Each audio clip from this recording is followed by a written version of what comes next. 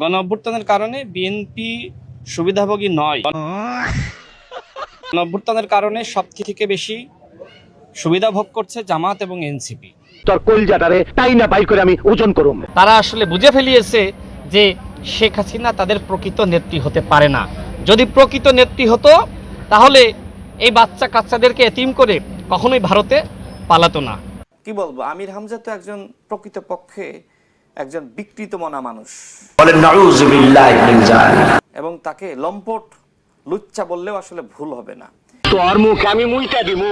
তিনি ইন্ডিয়ান নায়িকাদের নিয়ে ওয়াজে বক্তব্য দেন। মুখ সামলে কথা বল। একজন বক্তা, ইসলামিক বক্তা। আলহামদুলিল্লাহ, আল্লাহ শুকর।